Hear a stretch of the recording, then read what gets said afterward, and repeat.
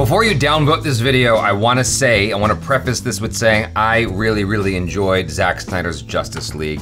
I'm able to have a laugh, a haha with videos making fun of films that I like, as long as it's good-natured, good-humored. You know, it's not just mean-spirited, but even then I can have a haha and still love and appreciate the thing that I love and appreciate. Yeah. So, this is called Zack Snyder's Justice League being devoid of logic. It is from Supercuts Delight. If you enjoyed the video we're about to watch, please head over to their channel using the link in the description below and give them an upvote on the original video and subscribe. So, and also, while you're here, please subscribe and hit that bell icon, all notifications. All right, so here we go. Zack Snyder's Justice League being devoid of logic. So for this video, I'll be taking a chronological look at Zack Snyder's Justice League, and I'll point out most of the aspects of the movie that are devoid of logic. And before you grab your pitchforks, I'm not trying to hate on the movie. This is just a fun critique that will shine a light on different areas that don't make sense. So first, let's look at the mother boxes. They are supposed to be highly protected and are something that Steppenwolf desperately wants. So why aren't the buildings they are in more secure? For example, there's a massive hole in the ceiling for the Amazonian mother box strongholds, and for the Atlantean one, Steppenwolf just teleports in and comes up through the bottom. I know! Do they ever question the security of the compounds or test them? That's true. At least the Amazonians have like 20 people just staring at it at all times, which in of itself is kind of funny. Then we have the men, who just bury the mother box 1 foot into the ground and call it a day. I know. The Amazonians are probably like, no, you can't just bury the mother box in the ground. Steppenwolf can't find it if we can't find it. Ironically though, just forgetting about it and losing it seemed to be the best method in stopping Steppenwolf from finding the mother box. Despite the parademons being able to track their scent, but oh well. So moving on from the mother boxes for now, we have a scene where Batman confronts Aquaman. When the scene ends and Aquaman leaves, we have a really weird moment where the natives start singing.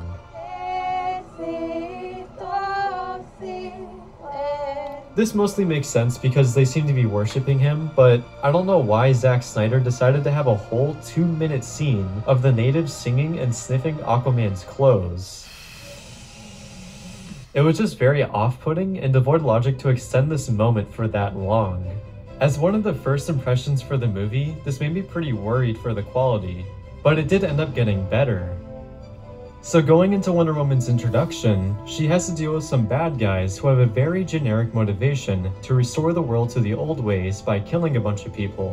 Which, in other words, they're basically just here so that Wonder Woman can have an action scene.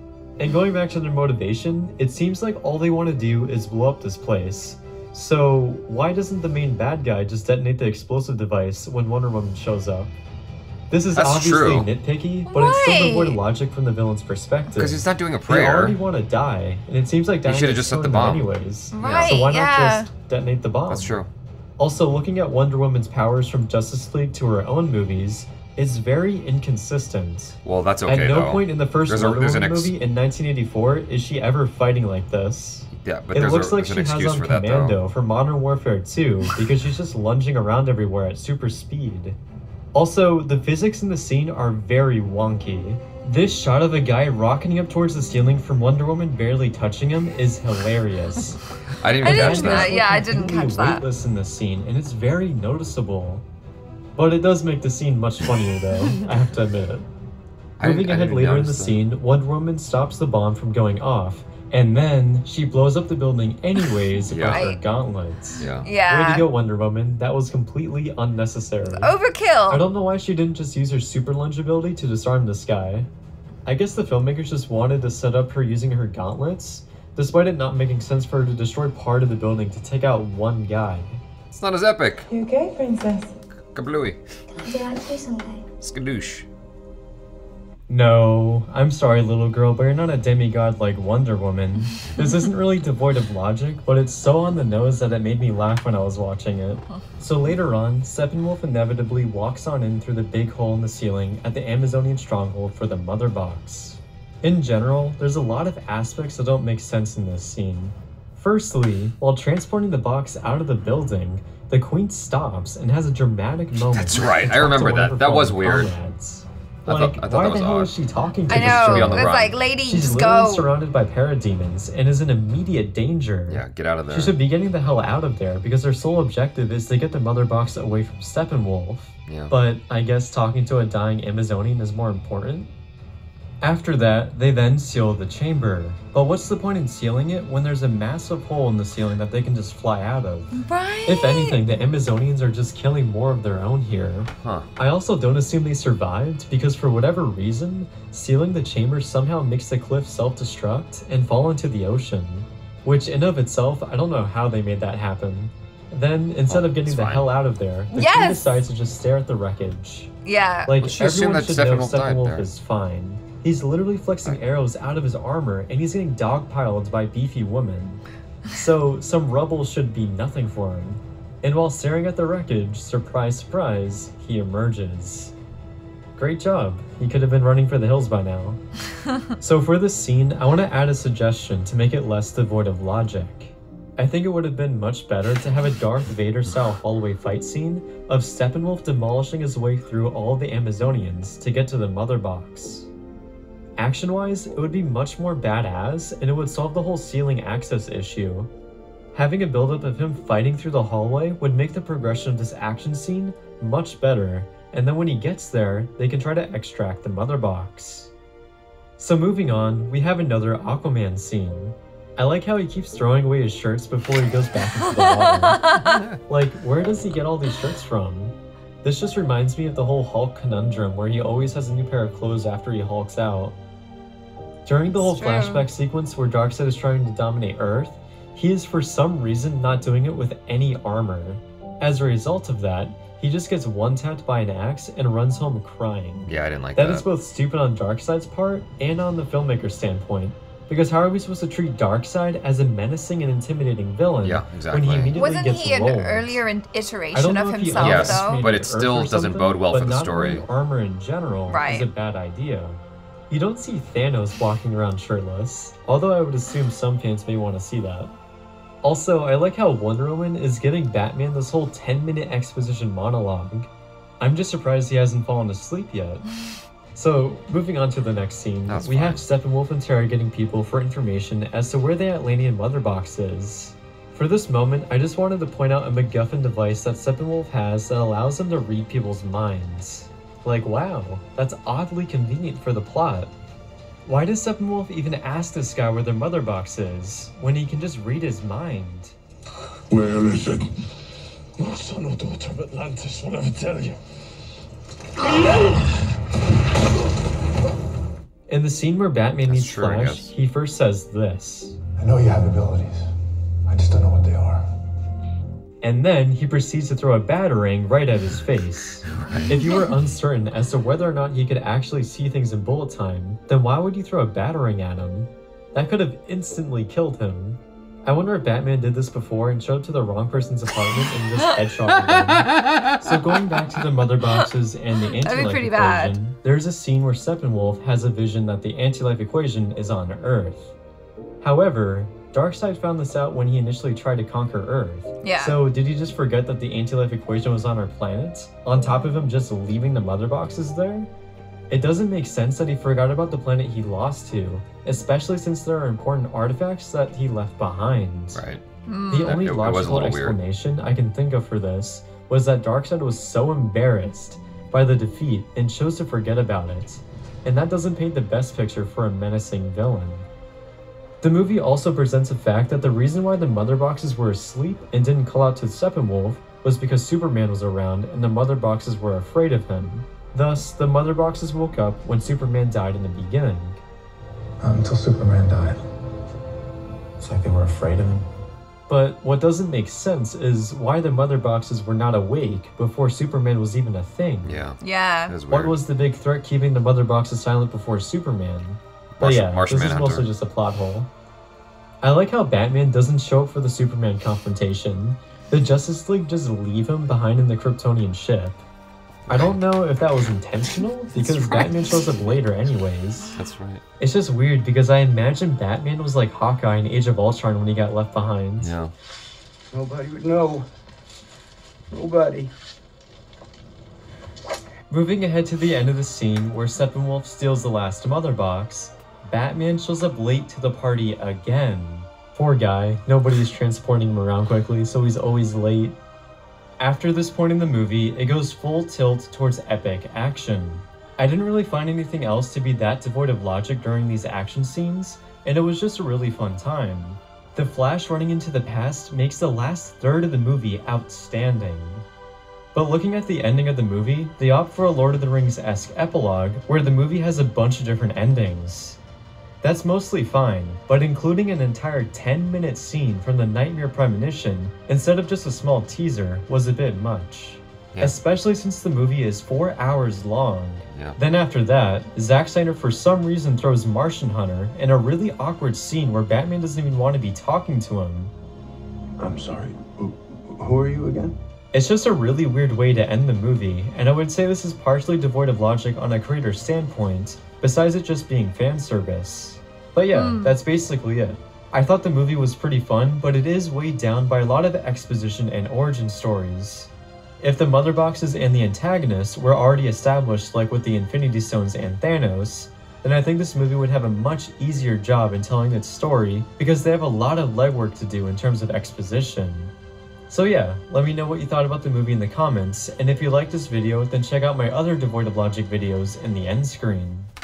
He certainly had some interesting thoughts in there. I think that half of them are things that are arguable and just come down to opinion, you know, just like it's subjective. But there were some definite logical fallacies in this. I also called him Martian Manhunter, Martian Hunter. I screwed up. I didn't even know that character existed until the new Justice League came out. I was like, who is this dude? The hole in the top of the Amazonian building where the mother box is being secured is just weird. And the thing is, given Steppenwolf's abilities, it does seem odd that that would just be there, you know? The idea of him coming through the hallway was actually an interesting idea. Yeah. I did like that. What's her name hanging behind to have a conversation with the dying Amazonian lady, as opposed to just bailing, you know, bolting out of there. Yeah. Was strange. I thought that, there was like a small part of me that did think about that while I was watching the film. Yeah, for sure. Like I did feel that while watching it. I was kind of like, okay, there are many moments of like just watching, you know, your civilization crumble. Whereas I know that if I was in that situation and the mother box was the most important thing to save, I'd be like, if we have to burn down the entire place, we're gonna burn it down because we have to save the mother box. Let's go. Right. The thing with Steppenwolf using the little spider thingy to get the information, to extract that data from the people's minds and stuff. I mean, maybe he doesn't want to resort to that first. Maybe he's got his reason for that. You know, like you go through your levels. You start with asking, and then if that doesn't work, then you apply the next thing. After it's all said and done, maybe it would have been smarter for him to just go straight to using that move. Right. Like he picks up the guy and he says, "I'm not going to tell you anything." He's like, "You don't have to," and then the spider comes out. That would have saved time. It could have been a shorter movie by about a minute. So yeah, that does seem weird and odd that he wouldn't have gone straight for that thing, because it doesn't seem like it really costs him anything, and he starts using it all the time later on in the film. It is a little weird, but when I was watching it, I didn't think to myself, why didn't he just do that first? Right. It was like, it was sort of building up to, you know, the whole movie was a building up to the next thing. So I just looked at that as a similar progression. It's like, he starts out with talking, he builds up to the next thing, he uses that, you know? Supercuts Delight took issue with the length of the singing for Aquaman, and that came down to more of an opinion thing. I thought, you know, that's a subjective thing. That wasn't that wasn't so much a logical fallacy. Him having all these clothes and whatnot, like asking where he's getting all these clothes from, I'm like, well, he gets clothes from wherever he gets clothes from. You know, he goes down to the Gap and picks up a new sweater anytime he needs a new one. You know? I'm sure people are just throwing clothes at him. Yeah, like, throwing clothes. You look fantastic. Here, wear my clothes. Please make sure to post on Instagram and tag me. Right. The domestic terrorists in England, not just outright blowing up the building when Wonder Woman shows up, does seem kind of odd. I mean, maybe there was some kind of thing in the device that wouldn't allow them to do it any sooner, but given that they are just gonna go down with the bomb, it does seem odd that there's a timer at all. Because he's not doing a prayer. He's not doing anything to sort of like, you know, anything, any seance or whatever. It's like all he's doing is he's just waiting for that minute countdown thing to trigger. Yeah, I know. I hadn't thought about that until he said it, and I was like, oh yeah, that's totally a good point. Regarding the Wonder Woman moving different from her other installments, that is completely within reason because the other films weren't made by Zack Snyder. I mean, Zack Snyder was doing his version of Wonder Woman and Patty Jenkins was doing her version of Wonder Woman, and there are probably different action coordinators on each film. Perhaps there wasn't the most amount of cohesiveness in, you know, each film being produced. Like Zack Snyder's coming in with his vision and he has a very strong opinion about his vision. Right. He's gonna do it his specific way. I mean, even if you just look at the Wonder Woman skirt, it's different movie to movie. Yeah. You know, so like why wouldn't her movement and action be different and the level of power that she has from one film to the next be different? Also, Wonder Woman, the first film and 1984 predate this Wonder Woman who's older and therefore, True. and Yeah, therefore she more could have picked seasoned. up a few things. Maybe she went to a Yeah. Krav Maga class or something, you know? Sure. Why not? Her blowing up the building was one of those things that everyone has pointed out. When I watched the film, I didn't think much about it. I did. I was just like, whatever. You know, it's just it's an action film. Like I wasn't thinking too hard about it. But you know, it was pointed out later on with reviews and mock reviews, like pitch meeting and whatnot. Like it does seem kind of odd that she would just blow up this building that's really important. Yeah. You know, it's like, why would you do that? Like you could have taken out the guy 18,000 different ways, but they wanted to conclude the scene with a bang. And Which they did. You know, in pitch meeting, they pointed out like, this little girl just saw this dude get exploded. And then she's like, I want to be like you when I grow up. Yeah. And here, you know, like, Supercuts is like, you're not a god. Why would? Yeah, you can't. You're not a demigod. You can't be anything you want to be. I agree with this video with regards to Darkseid because I even took issue with the way he got just taken out in the flashback fight scene. I was like, yo, dude just went down fast. The thing about it is the first time you see someone who's as formidable as Darkseid, he should be wiping out people left and right like, what's his name at the beginning of Lord of the Rings, you know? Aragorn? Sauron. He was in his big ass outfit at the beginning of Lord of the Rings, just knocking people out left and right. Yeah, Sauron. Sauron, yeah. I mean, I think that was Sauron, or at least a projection of Sauron. Like he was manifested in some kind of before he became the Eye of Sauron. He was some kind of, you know, humanoid form, Yeah. giant. But when you first saw him, it was like this dude is the shit. It was like people are just flying as he, you know, knocks him away. That was crazy. And so immediately you got a visual sense as to how formidable this guy is, right? Even though you didn't see him do shit like that for the rest of the trilogy, is when exacting his, his plan, executing his plan through everybody else. Right. So they pointed out here how Batman probably would have gotten sleepy from the monologue that Wonder Woman was telling. I was like, you know, but that was sort of necessary. She's giving the backstory, the history of how we got to this point. I agree that the way she told it wasn't the most effective. They pointed that out in Red Letter Media. It was just like, she was kind of droning on, and the switch between talking and narrating was a little bit weird.